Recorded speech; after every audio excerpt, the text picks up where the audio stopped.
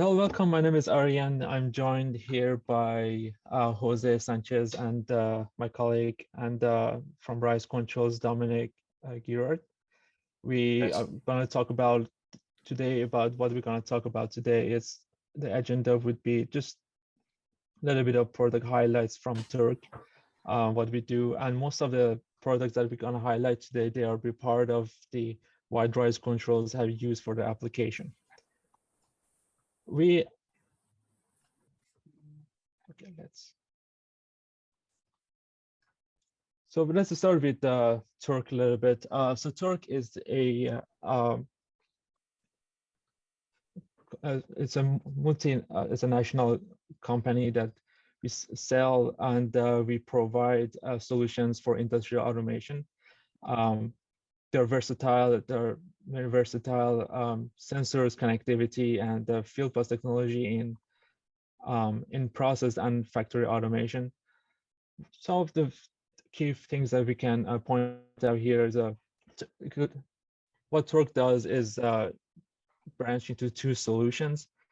If you per se can say that one is a smart automation solution for production logistics, factory process, and logistics. And also digital solutions that we provide is Internet of Things, Industry 4.0, which is growing in the world right now, sensor to cloud using TURCK Cloud, modular automation, decentralized automation, and so on. So what we're gonna do today, mostly we're gonna talk about some parts of factory automation, process automation. We're gonna talk about a little bit of what the PLC that TURCK offers, the IP67 rated, 69K rated PLC, which I will go to later. And we also going to talk about modular I/O.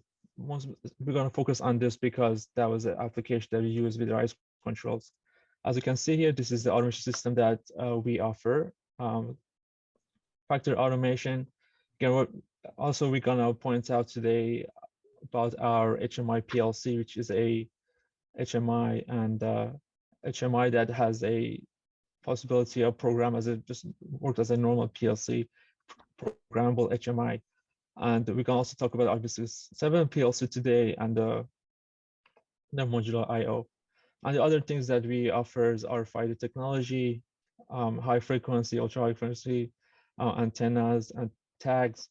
In process automation, we have field bus, process automation, physical layer products, remote IOs for that matter, and connectivity is one of the big part of TURCK is the connectivity, sensor wiring, Ethernet, and at times custom. And we also at the side we offer support and training for customers if needed.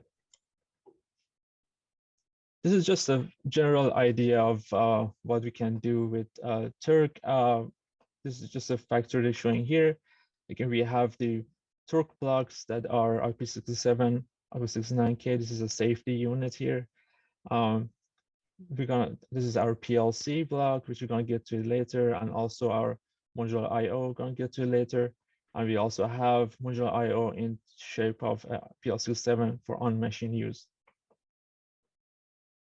And the HMI also we're gonna talk about at the end, which is HMI, programmable HMI to be exact. So first I want to start with the modular I/O that here we have in cabinet and the on-machine modular I/Os. And as the name applies, 20 and 67 are relating to the IP rating of the devices.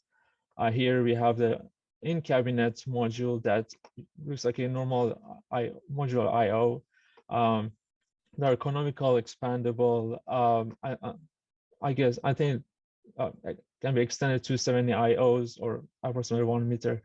And they are flexible.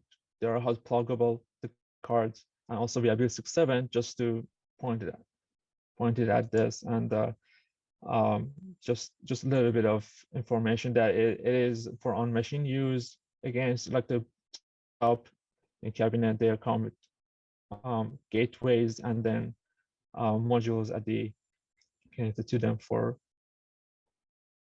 use. So again, let's move into BL220. So this is one of the products that Dominic gonna talk about more what they use, but this is one of the products that they use. I think this use in cabinet, as we talked about it, one of the important notes that we can look at is that ATEX is on to approval, and for class 1 division 2 you can use it for the process automation applications as well at temperature range, the modules depending on what type of modules is used, and it can be system can be AC and DC. And one of the most important aspect of the our blocks on module IO is that we offer gateways that are multi-protocol Ethernet. That meaning it's in one unit, economical unit, you have Profinet, Ethernet, and Modbus TCP capabilities. And other gateways also available for other, which we'll get to it in the next slide. Again, hot plug modules, they can be connected at any time, disconnect when they are something happens with them, they want to replace. It's just as easy as replacing if it powers on, and it continues on doing what it was doing.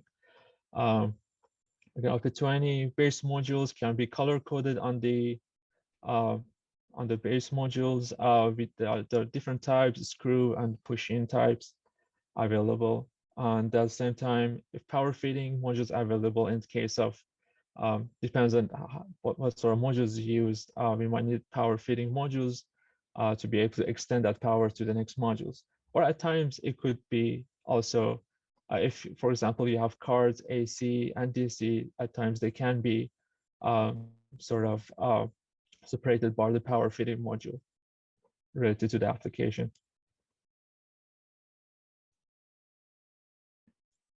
Another something about the, again, this is one of the gateways for the BL20.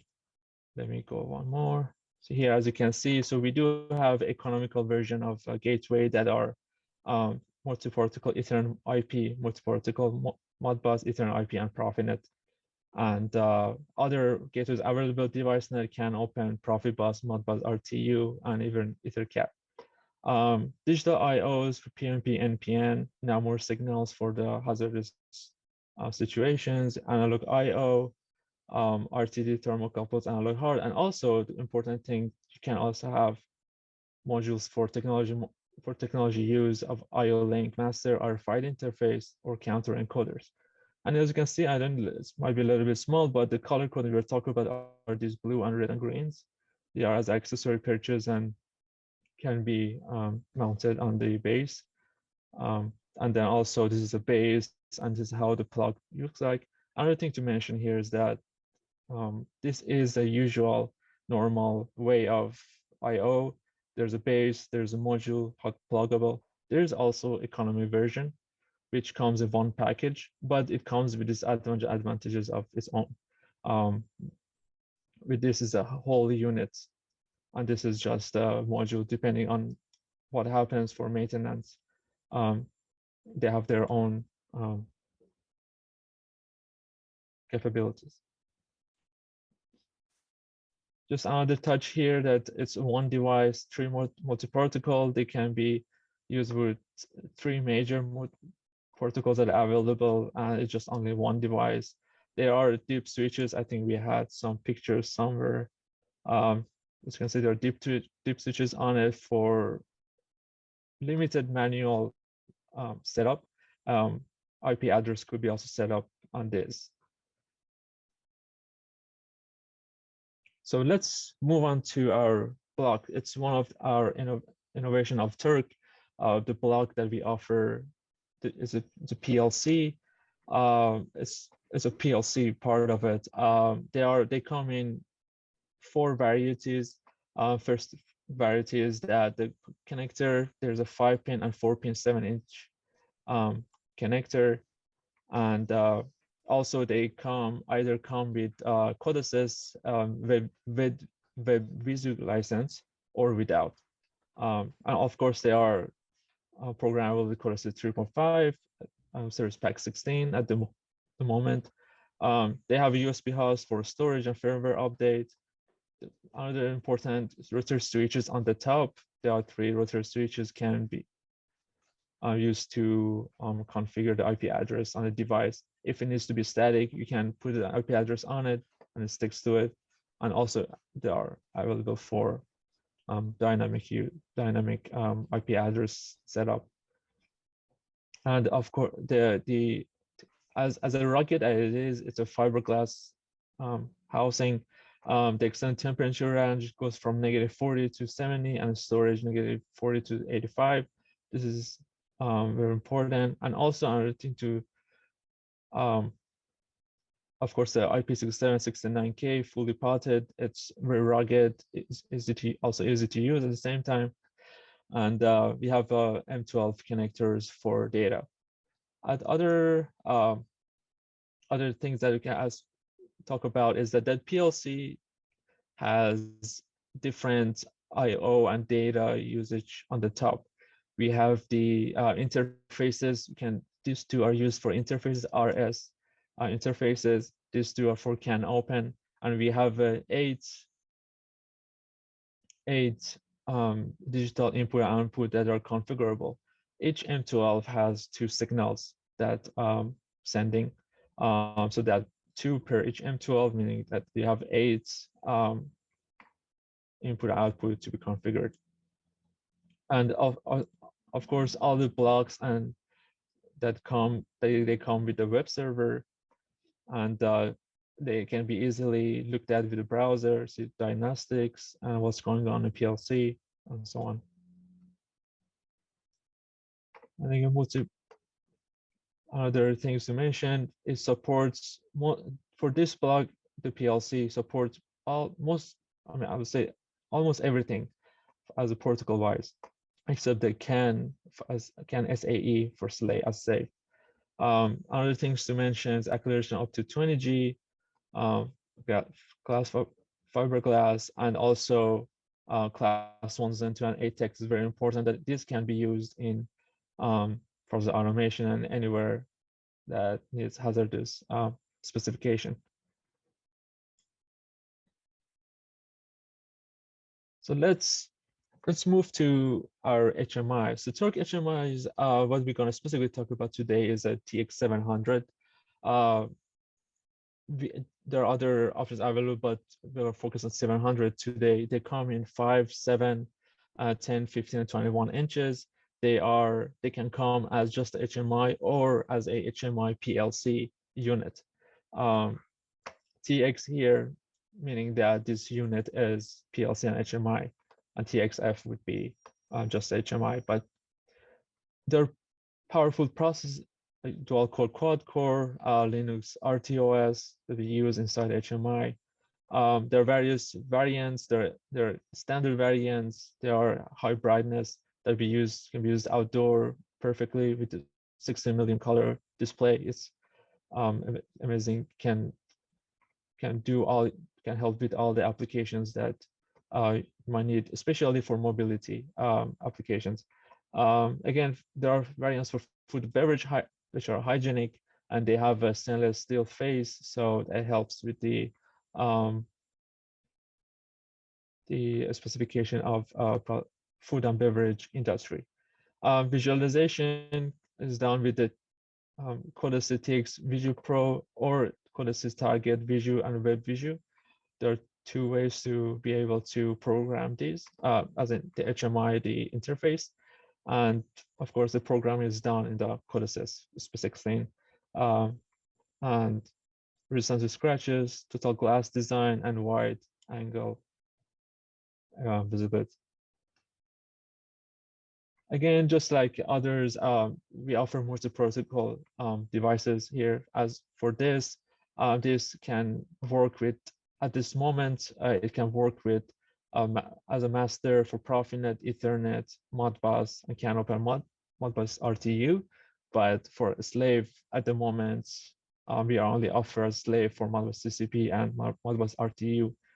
Other things to mention here is that this, as we're going to show in the next slide, it's also have serial communications, RS-485, RS-232, Ethernet,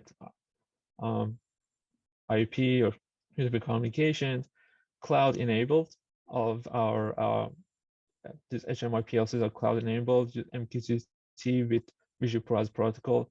As an IP rating at the front is 66, but rarest IP20, so it's for most of connecting on a cabinet door, for example, because the rare is not highly rated for IP. And also, of course, again, ATEX has a approval class 1 and 2 and such. Just take a little bit of look at the HMI. For the 5 inches is a smaller version. There are only one plug-in slot here. We have 2 Ethernet for 100 megabits speed. We have USB for storage and SD card for storage or firmware update. We have a serial communication. We're going to talk about the modules later, but there are various of modules for connecting to the HMIs. Here we are talking about 7-inch to 21-inch. There are 2 connectors here. Against the card, you have extra Ethernet here, Ethernet RJ45 here for 1 gigabit use, and power supply and serial communication also exists here. As accessories, we'll talk about the modules. There are wide variety of accessories for your application. There are plug modules for CAN open, module for extending if you like to have more connection for serial interface. Important thing is that for cloud use, you have UMTS 2G3G modem and the 4G, which we'll talk about later, and other units. And also you can, because the PLC HMI, you'll have your plugin modules for digital I/O, which is a smaller version, or multifunctional, which also has analog signals on it. So it's a very compact unit for PLC use also that has a display.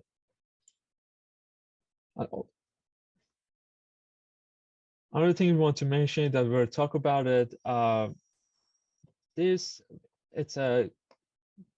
one of the great examples of using such devices for getting popular industry 4.0, and there are again different interfaces connecting to the units. So what we're going to talk about, just a little bit of point out here.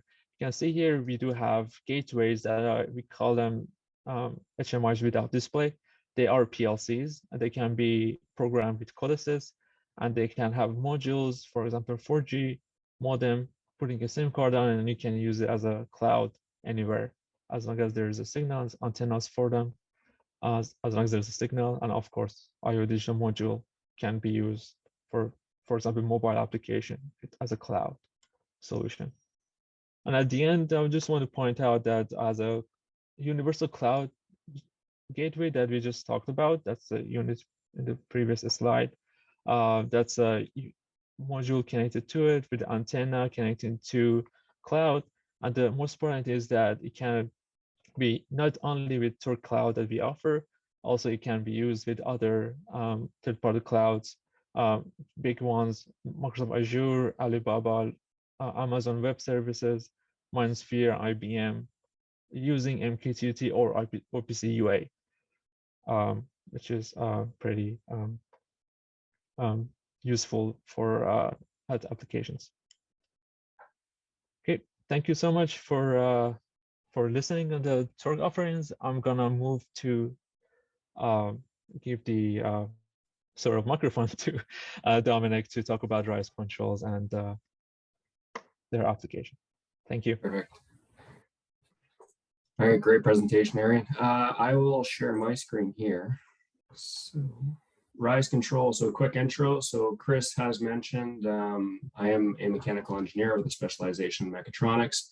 RISE controls as a business, we are located in North Bay, Ontario, which is about 3 hours north of Toronto. For those of you who are familiar with Canada and maybe are in Canada, we do specialize in automation and controls, mainly across the mobile and industrial industries. So an example of mobile equipment that we've worked on recently, an underground scoop. So in Northern Ontario, there's a lot of underground mining that happens here. So that is one of the markets that we address because of our geographic location. So I am the owner and president of RISE Controls, as well as a professional engineer. If you guys need to get in touch with us, I recommend going through the website, risecontrols.com, or give me a call or send me an email. And LinkedIn is also a great resource. So in terms of what we do as a business, we like to provide end-to-end solutions. So basically, if a client is designing a machine or a system, they take care of all the mechanical components. We'll take care of all the automation. So we'll provide the engineering, the schematics, the programming, as well as the install and commissioning, and then the ongoing technical support. We do work with a master electrician here who has ESA certification, so we're able to build all the panels to that certification, as well as deliver them certified. And part of the end-to-end solution service is that we're able to provide all the components as well. So the harnesses, the HMIs, the controllers, the sensors, IO modules, remotes, joysticks, and us having experience in the mobile and underground environments. Those are some of the most demanding on the equipment. So we like to partner up with the manufacturers that build the toughest stuff. And then services I've already gone through, just a couple quick pictures there of some of the products that we do work with. All right, in terms of the application that we've done recently, we were brought on to this project to take care of the programming side of things. This chemical processing plant consisted of a batching process, a production process, and then the final was the packaging. The packaging took various forms depending on what they were manufacturing, but it was a very intricate plant. A lot of meshing going on between different process lines and stuff. In this application, there's a lot of closed loop controls. So just on flow, mass flow, trying to keep tanks at a steady level with varying inlet and outlet flows. Those were part of it. And then we got into a lot of sequencing as well. There's some steps that had to happen in a specific sequence. So that's where some of the CODESYS programming features came in handy, and we will dive into that. So just give you an idea of how we structured this whole Ethernet system. So it was all Ethernet communication between all devices. That is the IO racks, the IO modules, the HMIs, and then the VFDs. And then from the IO racks, we just had analog and digital signals going to the sensors and all that. So this made it very nice in terms of running all the wiring and all the programming as well, just having everything Ethernet based. There wasn't much limitations. And this is where having a multi-protocol gateway, such as the BL20 lineup that Arian was presenting there, came in handy. And same thing with the HMIs, they're all multi-protocol. So that gave us a lot of flexibility when a client came to us and also wanted to add in a piece of equipment as we were proceeding with the installation. So we were able to say yes to most cases because the system was so flexible. So as you can see here, we had one master HMI, which was a 21-inch TX 721. So we used it as an HMI PLC unit, and everything was done in CODESYS. And then we had two other HMIs, the exact same part number throughout the plant. And those were just slaves. And what I mean by slaves is that they were just pulling up the web views. So we weren't actually running the CODESYS runtime on it. We installed Chromium. Again, the TURCK hardware was so flexible that we're able to take off the CODESYS environment that it comes stock with and put in a Chromium version on there, and then just program it to automatically pull up the web page of the WebVisu, which is the web server hosted in the master. So this guy took care of the entire plant essentially and had more than enough power to do it, and does a fantastic job at it. And you'll see there's lots of advantages to doing it this way. It simplified the programming greatly, having both the visualization and the logic part of the exact same project. So the IO racks, we chose Profinet. We evaluated Ethernet IP as an alternative. We were using the BL20 gateways. Profinet was it just seemed like the easiest to work with for our application. And it's been fantastic. It's been, yeah, really no complaints there. VFDs, we chose some Lens VFDs for this application. Those came stock with Ethernet IP communication. But then part of the equipment that was added in on the fly came with already bought VFDs that had Modbus TCP. So again, the display was flexible and we were able to communicate over Modbus TCP.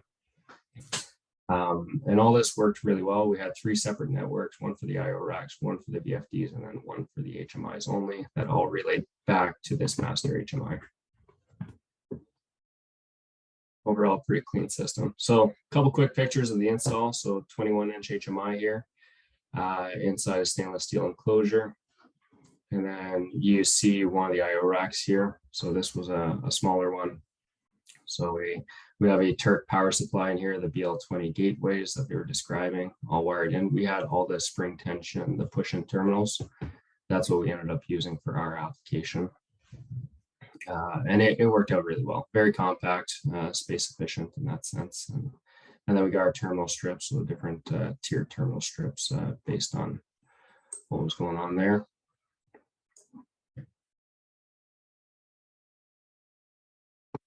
Now, just a quick overview of some of the equipment we were interfacing with or working with. So sensors, we had roughly about 75 sensors in this application to include in the program.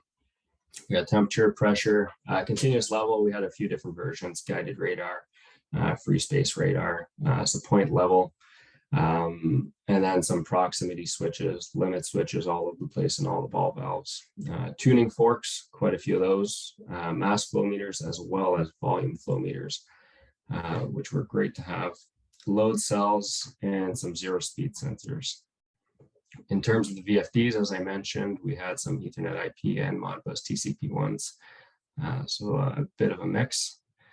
We had starters, contactors for all the 600 volts single speed motors, automated ball valves, pneumatic actuation. So we had air manifolds in there with all the individual sections. We also had some proportional steam valves that the client provided. So those were communicated over or controlled with a 4-to-20 signal out. And they also provided a 4-to-20 signal back to confirm the position. Stack lights and buzzers, chemical tanks, IO racks, 7 of them, as you guys saw in the Ethernet network topology there. In terms of the components we actually use, so you guys heard me talking about the TX721, great HMI, 21-inch screen. Customer loves it. It's got plenty of room to put all the information on there and plenty of power for the task at hand. Served us very well.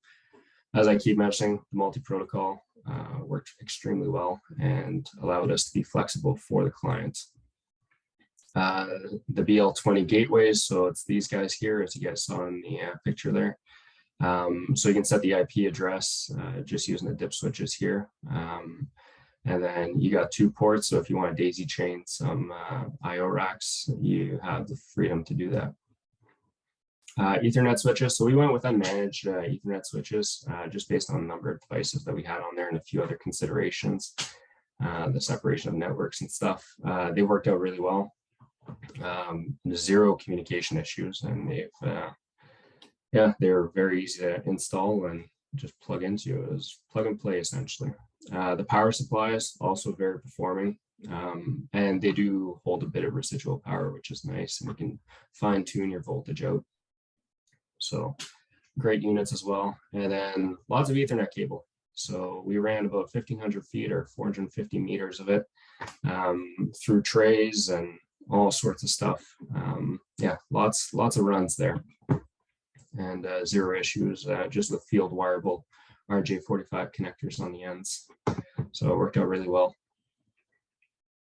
Here's a larger IO rack. So we have the 120 coming in here. We've got our power supply here converting to 24 volts DC. We've got our fuses here, which have little red lights that'll come on if the fuse is blown. So easy to troubleshoot. If you open up a panel, you see a red light, you know you've got a problem. And then we've got the BL20 gateways with a bunch of different IO cards. And this one's actually got some of those power feed modules as well that Arian was talking about. So if we didn't get into any AC power feeds, they're all DC, but we had some digital outputs drawing a little bit more current, so we had to introduce them. So we worked with Jose actually on getting those spec'd out along with their client. And we figured out exactly where we needed extra power feeds. The Ethernet switches all grouped together there. We did go with a modem here that's connected to the network, so we can access all devices.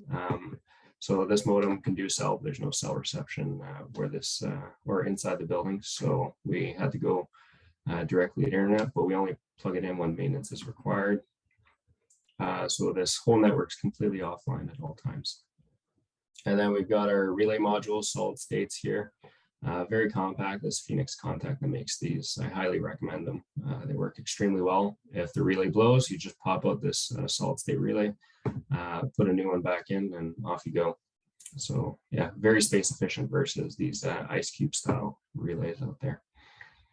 And just a bunch of terminal strips, as you guys can see. So this was one of the bigger IO racks that we had in the plant. So now in terms of the CODESYS side of things, that's one thing I forgot to mention. RISE Controls, we do specialize in CODESYS as a platform. Myself, I've been using it for about 7 years now, and have done mainly 3.5 at this point, but it's been very good to work with. I have dived into the Allen Bradleys as well and some Dan Foss stuff, but I keep coming back to CODESYS all the time. We use the Target Visu as well as the Web Visu for all the HMIs, well, for the one HMIs. So Target was the master, and then Web Visu was the slaves. So they just pull up the Web Visu off the main one. The whole program was built mainly using object-oriented programming. So Control Sphere are very good proponents of this, and they put out a great book. So I think Gary is presenting about this as well. We use some recipe management within CODESYS. Programming languages, again, the flexibility of CODESYS along with TURCK. We have done some ladder logic in the program, some structured text, a lot of continuous function chart. And then for the sequencing, sequential function chart, which was essential. And then again, per the recommendation of Control Sphere, setting up a whole simulation. So before I even plugged in the program into the plant, I was able to set up a soft PLC on my computer and run the whole simulation, see the ball valves turn, make sure the mass flows are working out, the PID loops are closing, before even like turning motors or anything like that in the factory itself. So it saved a lot of time on commissioning is what it came down to. And if your process allows it, I highly recommend doing the simulation. There's a bit more upfront work in terms of programming, but I guarantee you it's going to save you some work downstream when it comes to commissioning and potentially costly mistakes depending on what kind of process you're doing. All right, so now we'll get into a quick application demo. Give me one quick sec there. I'm just gonna get this started.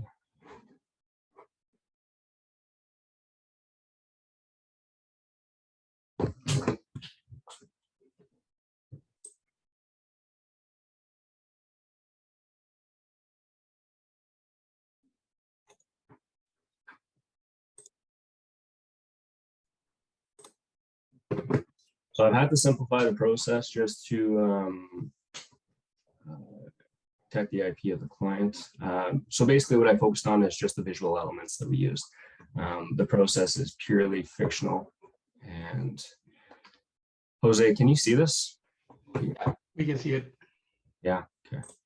I'll actually just pull it up through the web browser.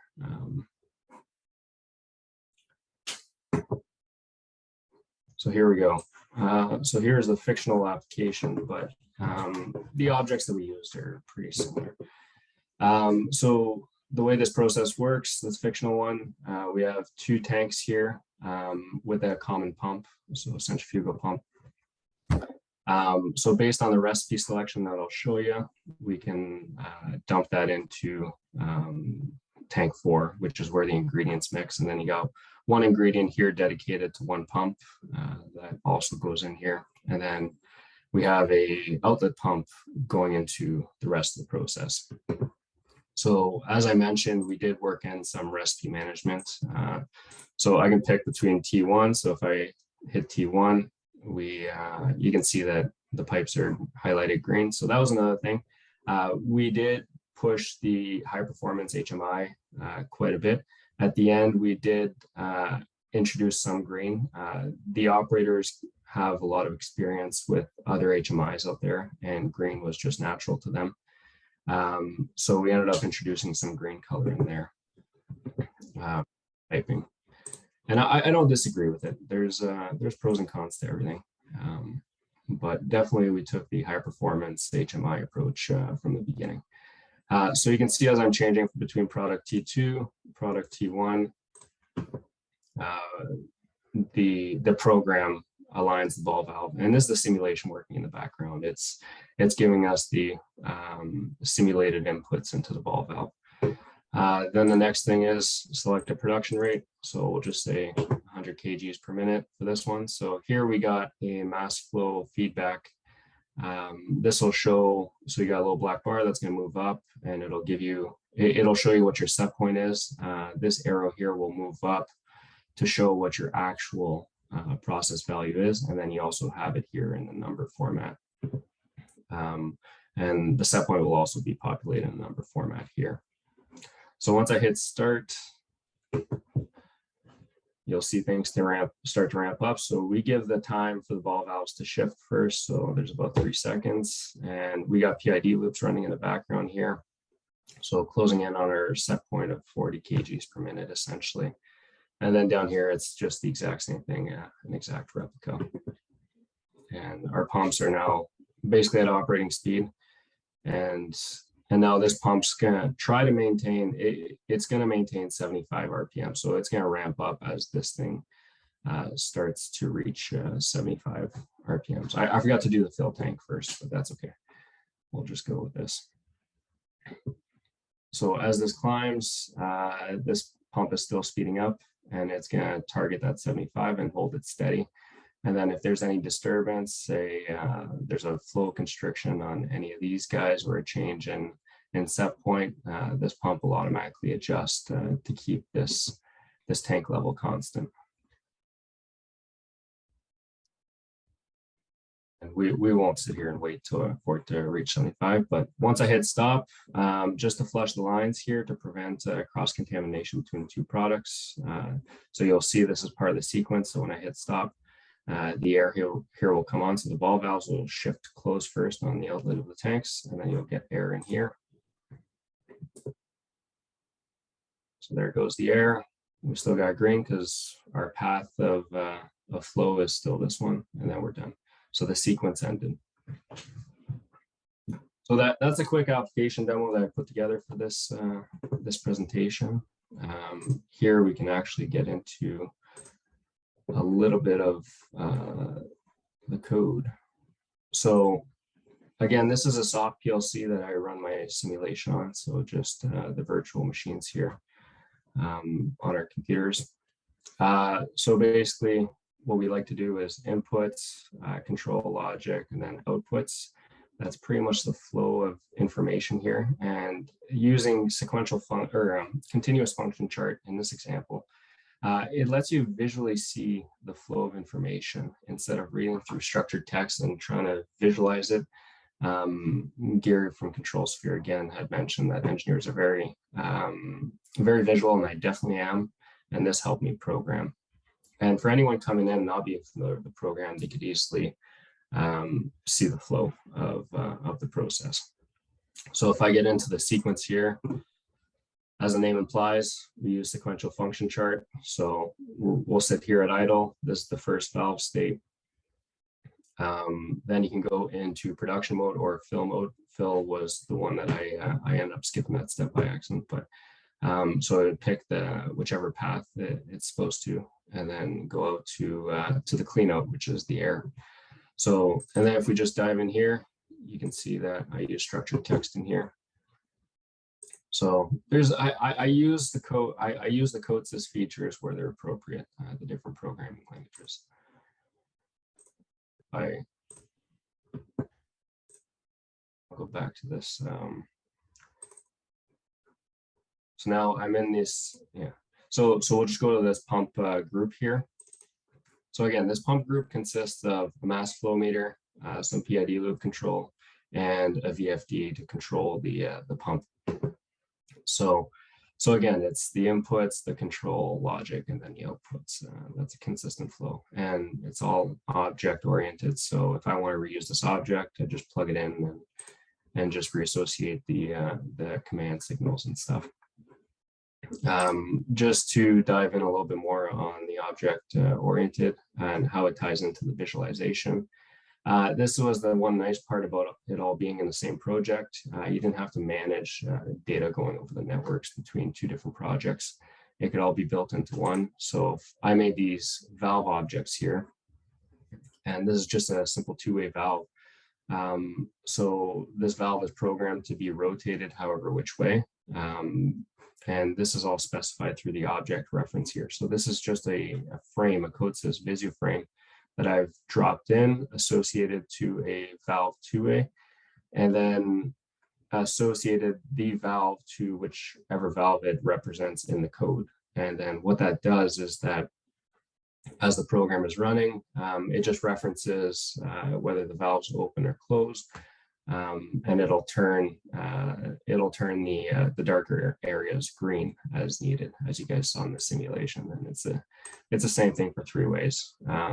So you associate the valve, which sensor you want, the rotation, and then the port configuration as well. So very object oriented. For a project that had over 50 valves in this case, it was very efficient for me to drag and drop these valves as I wanted to and just reassociated them. And I knew that everything was being handled correctly in the back of the program.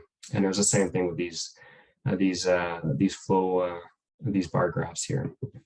It was the exact same thing. Same thing with all these tanks. These are just copy pasted objects, and I just make the one reference and it pulls in all the data. So yeah, so you don't need to associate each variable individually. You just associate the object. That's it, and then it automatically pulls in all the variables. Yeah, and you guys saw the recipes, so that's just the pop-up that comes up. So one thing I do want to elaborate on is how easy it was to work with the TURCK hardware again.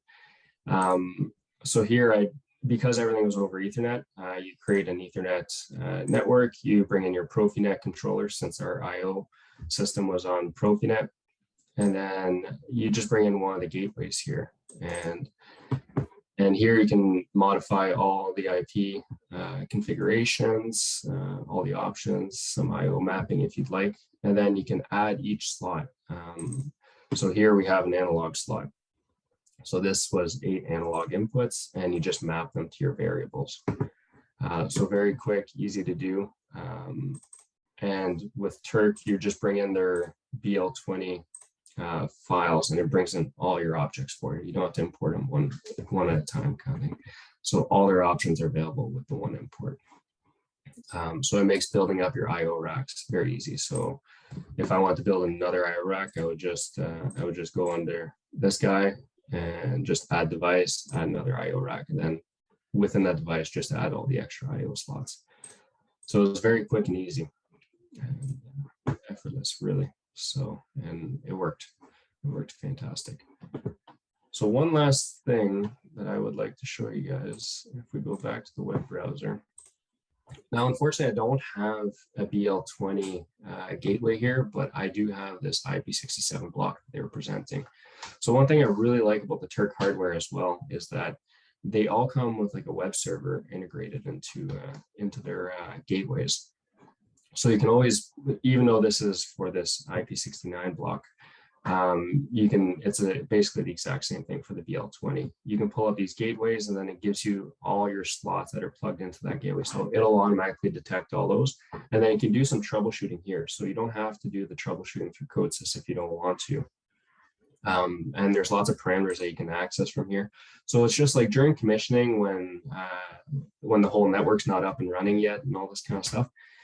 It's quick and easy to be able to pull up the web server. You just plug in directly into the gateway, and you can pull up the web page here and just run some quick diagnostics. So say this one IO rack was completely wired up and the Ethernet network was not completed and the other IO racks weren't done. At least you could test and see your signals from all your sensors for this one IO rack that is complete and see them coming through. So it speeds up the commissioning process significantly, in my opinion. So it worked out well, and it's something that I've enjoyed quite a bit. So, and they've also got the diagnostics here. So the BL20 gateways, like when you used an analog slot, it could detect the wire break and the overcurrents, all that kind of stuff. So lots of troubleshooting tools built into them. But in a nutshell, that's pretty much all I got at this point. Jose, Carlos, or Arian, do you guys have anything to add? I think that was great, Dominic. Yeah, that was great. I think we don't want to add anything. I think we want you to speak for us and the product and how you work with it. It's very interesting how you're using a lot of the features and you're doing things the correct way in terms of object-oriented programming, web visualization, HMIs, and using the block and using the HMI PLC as well to the, I don't want to say to the limit, but you're using all of the features that it offers. So we're very satisfied with your demonstration. Perfect. All righty. I think all the Q&A was being left to the end. Am I correct on that? Like to the end of the 3 hours?